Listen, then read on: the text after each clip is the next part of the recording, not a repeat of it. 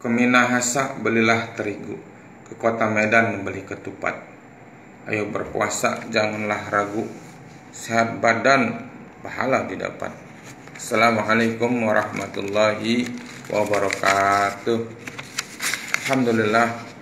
Alhamdulillahillazi an'ama alaina wa hadana ila dinil Islam wa ja'ala Ramadhana syahran mubarakan wa rahmatan linnas. Washkuru ni'matallahi in kuntum iyyahu ta'budun wa la'allakum tattaqun.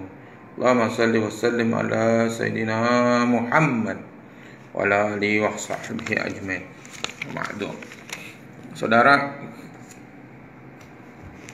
kita sepakat bahwa hidup di dunia ini sementara. Hidup kekal dan abadi itu di akhirat. Wal akhiratu khairul laka minal ula wal akhiratu khairu wa abqa. Akhirat lebih baik dari dunia. Semua akan mati, dunia numpang doang. Mati bisa saya belakangan, jamaah duluan, atau sebaliknya jamaah duluan, saya belakangan. Bentar doang di dunia, sekitar 8 menit. Kalau ukuran masanya di akhirat itu cuma 8 menitan. Jadi kalau yang saat ini sedang keadaan Kesmin paling cuma 8 menit dibanding di waktu di akhirat. Dunia sementara, akhirat selama-lamanya. Orang kaya mati, orang miskin mati, raja-raja mati, rakyat biasa mati. Semua pergi menghadap ilahi. Dunia yang dicari, tak ada yang abadi. Itu kata Ustadz dari Sulaiman ya. Salah satu ikhtiarnya saudara supaya enggak kita mati adalah jaga kesehatan. Kalau zaman sekarang itu jaga kesehatan itu dengan cuci tangan, ya pakai masker, lagi pandemi corona gini, ya siapin hand sanitizer ya depan rumah atau pakai sabun ya biar bersih. Karena kesehatan adalah salah satu kenikmatan termahal yang kita miliki. Kebayang kalau sampai kita nggak bisa kentut aja, apalagi nggak bisa BAB, dikasih duit 1 juta suruh belanja nggak enak. Saudara, dengan kesehatan kita bisa jalanin aktivitas baik di dunia ini ya, di dunia khususnya kerjaan sehari-hari yang kita tekuni butuh fisik yang kuat dengan kesehatan.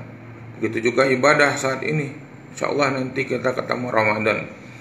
Ya, kalau nggak sehat kita nggak akan mampu menunaikan aktivitas Ramadan. Ya, namun seribu sayang, meski kesehatan adalah nikmat yang mahal, namun kebanyakan dari kita kadang suka amal lalai. Rasulullah telah mengingatkan dalam hadisnya, nikmatani mahbunun bihima wa kasirun minan nas, asyatu wal faqr. Yaitu dua nikmat yang manusia sering lalai, yaitu tentang kesehatan dan waktu luang. Ini diriwayatkan oleh Bukhari. Sungguh sebuah nikmat kesehatan harus kita syukuri.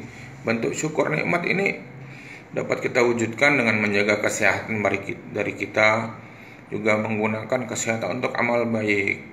Salah satu ikhtiar menjaga kesehatan yang Allah perintahkan bagi manusia yaitu puasa Ramadan, khusus orang-orang yang beriman. Ya ayyuhallazina amanu kutiba alaikumusiyam wa ma kutiba alal ladzina min qablikum la'allakum tattaqun. Ya, para ahli kedokteran sepakat bahwa penyakit sering bersumber dari pencernaan, pengolahan nutrisi tidak sempurna.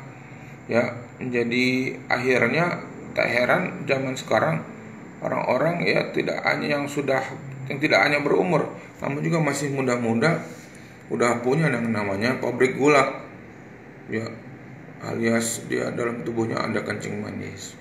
Pakai cincin juga nggak hanya di jari, sekarang udah dalam jantung dipasangin, saudara-saudara. Ya, mudah-mudahan kita nggak dapat itu nama penyakit ya. Apalagi zaman sekarang itu jangan sampai kita namanya kena virus corona. Dengan izin Allah kita doa terus ya. Saudara, sungguhnya penyakit-penyakit seperti diabetes, kolesterol, jantung koroner, asam urat, ya penyakit, apalagi itu penyakit kuning, penyakit oranye, macam-macam dah sekarang. Lebih banyak bersumber dari kebiasaan kita mengkonsumsi makanan tertentu secara berlebihan. Namanya berlebihan itu nggak baik, saudara. Kalau bulan puasa, kadang segala jenis makanan dihajar pas waktu buka puasa. Dari akar kelapa, cendol, kolak, biji salak yang keras dimakan juga. Belum menu-menu main course-nya. Jeroan masuk ke badan kita nggak kira-kira. Padahal Islam sudah mengingatkan perlu keseimbangan dalam mengkonsumsi makanan. Allah juga berfirman ya dalam Quran surat Al-A'raf 31, wa kullu washrabu wa la tusrifu innahu la yuhibbul musrifin. Makan dan minumlah kamu, tapi janganlah berlebihan. Sungguhnya Allah tidak menyukai orang-orang yang melampaui batas. Rasulullah SAW juga pernah bersabda, ya, fa in kana la mahalata fasulusun li ta'ami wa sulusun li syarabi wa sulusun li nafsi. Rawahu Al-Hakim. Rasul menganjurkan kita untuk membagi, ya, sepertiga jatah makan, sepertiga minuman, dan sepertiga untuk napas dalam tubuh. Jangan semuanya dikasih minum makanan, saudara. Selain anjuran dalam keseimbangan pola makan, Islam juga menganjurkan menjaga kualitas gizi dengan mengkonsumsi makanan yang baik-baik. Karenanya cara spesifik juga dalam Al-Quran dan hadis, ya, disebutkan makan bergizi ada susu, madu, kurma.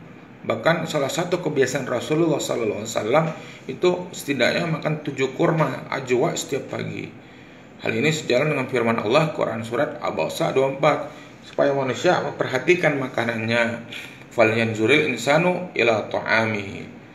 Saudara, kalau kita berbuka puasa, ya paling kita yang butuhin cuma ais teguk air putih, teh manis, ya.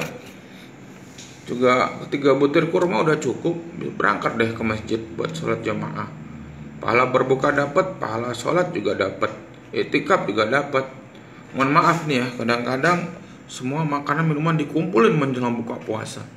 Minuman semua dikumpulin, ya, cendol, ya, terus juga air kelapa, macam sirap. Walhasil ketika maghriban kekenyangan dah, kembung. Berangkat taraweh berat, imam udah waladhalin, dia masih kecipak-kecipuk aja main air, masih wudhu. Padahal saudara, selama berpuasa aktivitas yang dilakukan biasanya, ya, pencernaan makanan itu, kita mencerna makanan jadi kurang, ya, otomatis kita memberi kesempatan pada tubuh untuk menghilangkan, ya, bahan-bahan makanan yang berlebihan, serta memperbaiki kerusakan yang terjadi karena kesalahan pola makan dalam waktu lama. Para dokter juga sepakat bahwa puasa merupakan satu cara membersihkan tubuh dari lemak-lemak yang berpenyakit maupun makanan yang tidak manfaat bagi tubuh. Tubuh selain membutuhkan konsumsi makanan juga perlu dibersihkan dari berbagai zat kimia yang akan merusak anggota tubuh itu sendiri, baik dengan mengurangi makan atau kita menjaga pola makan. Saudara, fakta ilmiah menyatakan bahwa ada pH ideal tubuh itu cukup 7 sampai 7,4. Artinya kalau kita makan porsinya begitu banyak, ya, kayak apa sapi itu, ya, perutnya juga banyak. Padahal kita nggak seperti itu. pH tubuh akan berubah jadi asam. Padahal pH tubuh tidak dapat mentolerir, ya, keadaan asam terlalu lama. Jika keadaan ini berlangsung, maka jadilah penumpukan karbon dioksida dan penurunan kadar oksigen, ya, dalam tubuh, menyebabkan lelah, sulit bernapas, bahkan berpeluang untuk menyebabkan kerusakan pada sel tubuh. Makanya di bulan Ramadan ini kita berusaha menahan hawa nafsu berlebih-lebihan nanti dalam pola makan. Allah berfirman dalam akhir ayat 184, wa antasumu khair lakum in kuntum ta'lamun. Dan berpuasalah, karena berpuasa lebih baik bagimu jika kamu mengetahui. Dan dikuatkan oleh Rasul sallallahu alaihi wasallam, sumu tafsihu, berpuasalah niscaya akan menyehatkanmu. Jadi saudara, ternyata puasa ini itu bukanlah terapi baru bagi orang-orang terdahulu, jadikan terapi kesehatan dalam hidupnya. Ya, kalau dulu kewajiban, kalau bukan untuk dalam kerangka kewajiban beragama, tapi sekedar proses terapi dulu. Nah, disinilah kenapa para pendeta Nasrani juga itu selalu berpuasa. Menurut mereka, ya, dengan puasa ini adalah obat mujarab untuk menyembuhkan penyakit. Bahkan konon filsuf Plato dan Socrates tak luput dari membiasakan diri berpuasa dan 10 hari puasa dalam setiap bulannya, sehingga sebagai ekspresi penyucian pikiran mereka tuh filsuf-filsuf. Begitu pula ya ahli kedokteran dunia Islam Ibnu Sina selalu mengharuskan setiap pasien yang datang kepadanya untuk berpuasa 3 minggu. Karena dengan puasa 3 minggu ini adalah terapi efektif dan murah meriah dalam menyembuhkan penyakit pasien-pasiennya.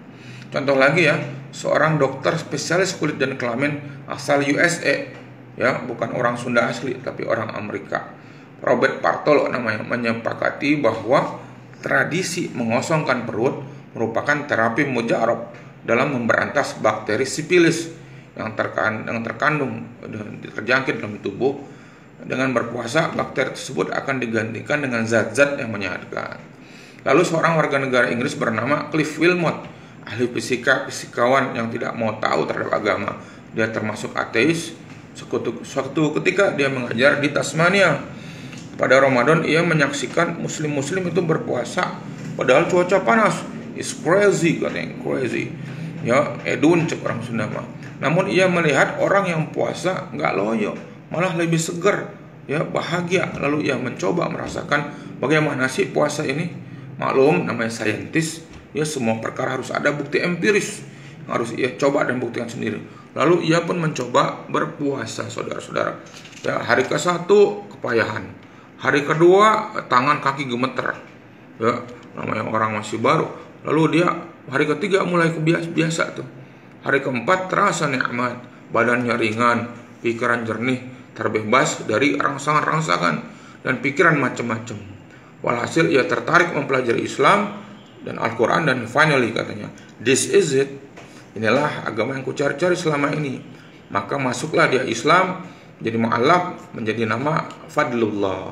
Selanjutnya ia jadi pendakwah ke seluruh dunia. Ya, home base-nya Kuala Lumpur, Malaysia. Takbir, Allahu Akbar. Saudara, istirahat yang kita berikan kepada alat pencernaan kita dalam puasa setiap hari sebulan lamanya akan menambah tenaga bagai tanah ladang yang dibiarkan beberapa lamanya. Niscaya kesuburan tanah tersebut akan balik lagi, ya, sistem cocok tanam. Selama 30 hari proses istirahatnya, pencernaan tersebut menghasilkan pada 10 hari pertama menghilangkan penyakit di tubuh, 10 hari kedua menghilangkan kotoran isi perut, 10 hari ketiga perut akan seperti bayi yang baru lahir dan kembali dalam keadaan fitrah. Ini penjelasan sains kedokterannya, ya. Ya, itulah sebabnya mengapa Imam Asy-Syafi'i berkata, kullu fi'lillah bil hikmah. Setiap yang diperintah Allah mengandung hikmah, termasuk puasa Ramadan. Nanti setelah Ramadan lanjut puasa 6 hari Syawal, puasa Kamis, puasa Nabi Daud, serada, ya. Akhirul kalam itu semuanya akan bermanfaat untuk kesehatan kita. Akhirul kalam, ya, Islam memang didasar atau tidak, ternyata sejak awal telah menganjurkan umatnya untuk menjaga kesehatan melalui beraneka ragam pola hidup sehat sesuai syariat, salah satunya puasa. Ya, kalau sekarang kan pola cuci tangan yang biasa dianjurkan Nabi dalam hadis-hadisnya. Juga dua hal yang dapat kita tarik dari berpuasa, yakni menimbulkan kesehatan dan pahala menjalankan syariat agama. Itu saja dari saya, ya, untuk menyambut puasa. Mohon maaf lahir batin dari saya, Pak Ucan Lesmana. Mohon maaf. Assalamualaikum warahmatullahi wabarakatuh.